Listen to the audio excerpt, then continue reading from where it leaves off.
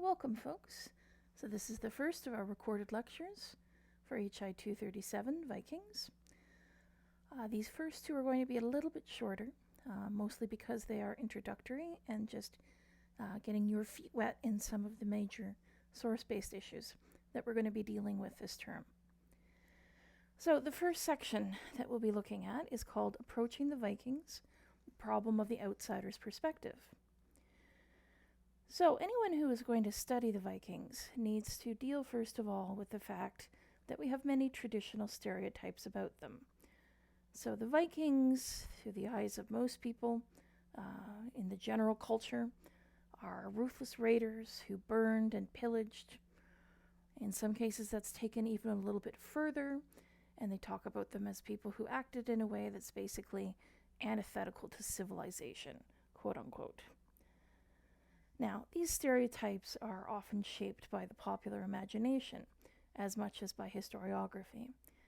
One has influence on the other, and the influences work in both directions. You should never forget that. Now, that being said, there are certain core historiographical problems. Probably the central problem, what exactly is the Viking Age? Now, Scandinavian historians are going to have one idea, or several, because Scandinavia is not a monolith, and different national perspectives are always going to be at play. Non-Scandinavian areas will date the Viking Age depending on the major raids or battles that affected them. So for instance, the British say it started with the raid on Lindisfarne in 793, and that it ended with the Battle of Stamford Bridge in 1066. That is the British Viking Age. Now, other regions have their own similar starting and ending points, according to historians, and we're actually going to cover many of them in the course of the term. So basically, we don't have a Viking Age, we have multiple Viking Ages, if you look at it that way. So that's not the most helpful way to look at it. Now, possibly a general definition could be found. One scholar of medieval Scandinavia, Robert Ferguson, says that at the beginning of the period, quote, roughly speaking, all Scandinavians were non-Christian. And at the end, another quote, roughly speaking, all of them do think of themselves as Christian. Now, the focus on religious and cultural change as a process is perhaps more fruitful for defining the age, but again, it's very imprecise. Now, another key problem, who or what is a Viking? You will note that this course is not called Scandinavians or Danes or Norse or Swedes. The origins of the word are rather murky. It's not a term that is applied to Scandinavians by themselves. It is an occupational description. It's not a cultural identity. Very roughly, it means something like pirate. Now, in the sources, we also see it being applied to Baltic raiders. Sometimes it's applied in contexts where violence is not actually involved, and sometimes it is applied in contexts where the violence that's happening is not actually directed against non-Scandinavians. You could go a Viking against your own people as well. So we have, for instance, a runestone, and we'll talk lots more about runestones in the second lecture, that praises someone for keeping, quote, the Viking watch inside Scandinavia itself. Now, Viking is a term that is used outside Scandinavia. We see the word Sykwingius, or sea warriors, in early Old English poetry. This is a variation of Vikingur. Now, that being said, the Anglo-Saxon Chronicle, prior to 1066, uses Wikenga or Wikinga, which we think is another variation, only 4 times. So it is actually looking like, this is a term that is only applied to the age after the age is done. Now, reference to Vikings in court poetry, which is skaldic poetry, from the period are slightly more numerous. There are about 30 mentions of Vikings as long-distance sea warriors, and interestingly, these tend to be positive. We see other references on runestones besides the one that I mentioned, including some where it seems to be a personal name. Now, what is interesting is that towards the end of the Viking Age, however you choose to define it, when Christianity exerted more influence on Scandinavian culture, you do see the term being used in a negative context more often. So it is possible that the meaning of the term actually shifted.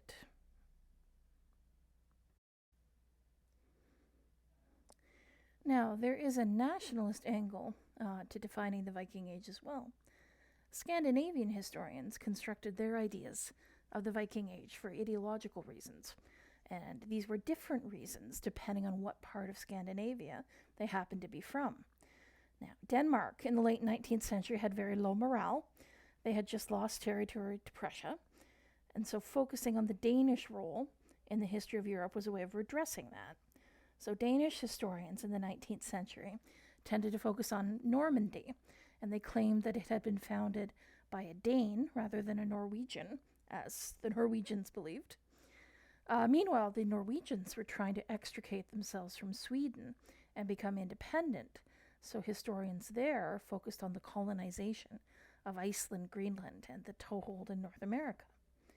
So, meanwhile, Sweden was stinging over losing Finland to Russia earlier in the century, so looking into the Viking Age was a way of using nationalist nostalgia as a balm. Now, all historians have agendas. 19th century historians are a perfect example of that, and it's impossible to understate just how foundational these nationalist impulses are.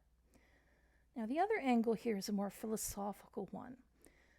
Herbert Spencer's ideas of survival of the fittest from the 19th century also get applied to the development or the evolution of people and cultures over time. We might call this the myth of progress. So this is the idea that people inevitably move towards a higher level of cultural, technological, and moral development. Now, from the 19th century perspective, this, of course, involves moving towards being more Christian. So the Vikings fit this arc perfectly in the minds of people who believe in this idea. They tend to depict the Vikings as the prototypical noble savages. So these are underdeveloped people whose excesses and whose violent moments are written off as a natural part of their evolution. So the means justify the ends.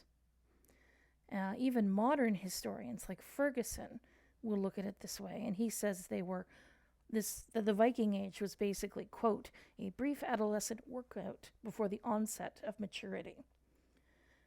Now, in general, today we don't really do that. Ferguson is kind of an exception. We don't look at cultures like that. Cultural relativity is something that we try and keep in mind. So in the 20th century, we see historians revising this. We see them focusing on Scandinavians as travelers and traders, explorers, founders of towns, and possessors of a rather beautiful material and literary culture. All of this is true. All of this is valid. But sometimes when you set the pendulum swinging, it can go too far. And so you get an excess of revisionism, where the Vikings are depicted as holding hands with the locals, skipping through fields of flowers, and there's no violence. Now, that is not accurate either. And yet that is sometimes what we do see in some of the more extreme interpretations of the revisionists.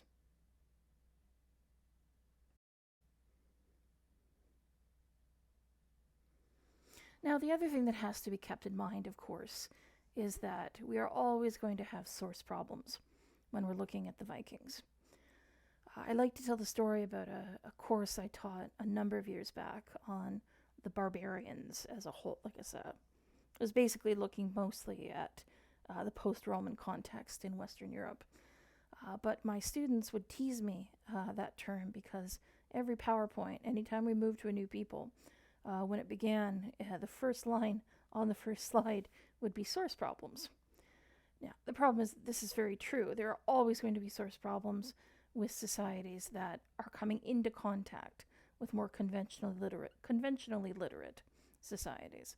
So the Roman Empire wrote about the Germanic barbarians, but the quote-unquote barbarians did not write about themselves until much later. And the Scandinavians are a perfect example of the same issue because they are not a conventionally literate culture for much of the period under discussion. And we'll talk more about that in the next lecture section that we're going to do. Part of the issue here is something we call the problem of proto-history. So this is not prehistory from the Scandinavian perspective, because we do have people writing about what they were doing, but it is entirely written about from an outsider's perspective. And when you look at sources from the rest of Europe during the Viking Age, when they talk about their first encounters with the Northmen, they tend to be a little bit over the top. It's fair, right? You know, if these people are showing up and raiding you, you're not going to feel really good about them. Now, when I taught that course I mentioned about the barbarians, one thing we discussed was how to categorize the different stages of contact between one society and a new neighbor or a new arrival. Because there was a certain pattern that became quite obvious in case after case after case after case. And it is one that we see in different regions' reactions to the Viking raids as well. So in the initial phase of contact, the society being raided or attacked doesn't know anything about the people who are attacking them. So they're interpreted as the wrath of God. Possibly they're not human.